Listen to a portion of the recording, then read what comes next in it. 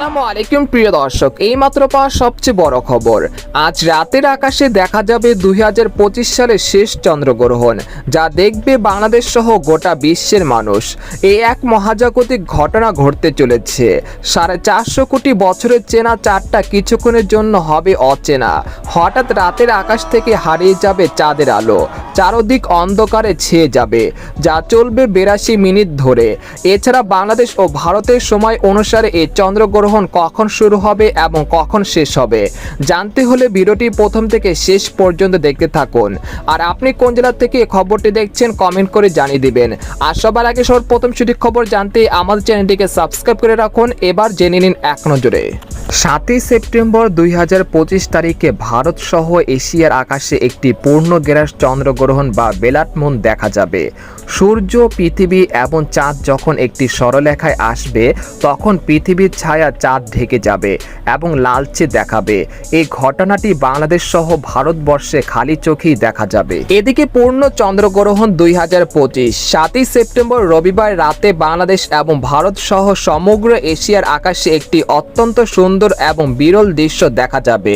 এই দৃশ্যটি হবে পূর্ণ চন্দ্রগ্রহণের, যাকে মানুষ সাধারণত ব্লাড মুন নামে চেনে। আর এটি ভারতের সময় অনুযায়ী শুরু হবে রাত 9টা 57 মিনিটে এবং রাত 1টা 30 মিনিটে শেষ হবে। আর বাংলাদেশ সময় অনুযায়ী 7 সেপ্টেম্বর দিবাগত রাত 9টা 18 মিনিটে এই গ্রহণটি শুরু হবে। গ্রহণের সর্বোচ্চ মাত্রা থাকবে গভীর রাত 12টা 11 মিনিট পর্যন্ত। গ্রহণটি শেষ হবে গভীর রাত 2টা 55 মিনিটে। গ্রহণটি বাংলাদেশের সকল স্থান থেকেই একই সাথে দেখা যাবে। আর সেদিন আকাশ একেবারেই পরিষ্কার থাকার সম্ভাবনা রয়েছে। এদিকে প্রথম ধাপটি রাত 8টা 58 মিনিটে হবে, যখন চাঁদ পৃথিবী হালকা ছায়া স্পর্শ করবে। দ্বিতীয় ধাপটি রাত 9টা 57 মিনিটে হবে, যখন আংশিক গ্রহণ শুরু হবে। তৃতীয় পর্যায়টি রাত 11টায় শুরু হবে। এই সময়টি হবে সর্বোচ্চ পর্যায়ে। এরপর পূর্ণ চন্দ্রগ্রহণ রাত 12টা 22 মিনিটে শেষ হবে এবং আংশিক গ্রহণও প্রায় 1 ঘন্টা পরে শেষ হবে।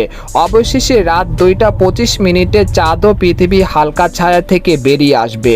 গ্রহণের জন্য কোনো প্রকার সাধারণত অবলম্বন করা লাগবে না। সকল প্রকার কুসংস্কার থেকে দূরে থাকবেন আর ভিডিওটি শেয়ার করে সবাইকে জানিয়ে দিন।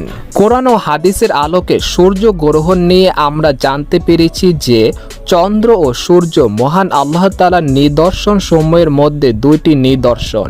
আর তাতে গ্রহণ লাগা আল্লাহ তাআলার হুকুমেই হয়ে থাকে। তাদের নিজস্ব কোনো শক্তি বা ক্ষমতা নেই।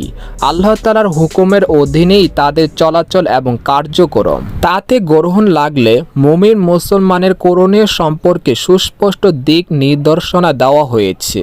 সুতরাং চন্দ্রগ্রহণে এ সময় বেশি বেশি দোয়া করা, তাসবিহ পড়া, তাওবা ইস্তেগফার করা, নামাজ পড়া এবং দান সৎকার আবশ্যক কর্তব্য। তো এই ছিল সূর্যগ্রহণের সর্বশেষ খবর।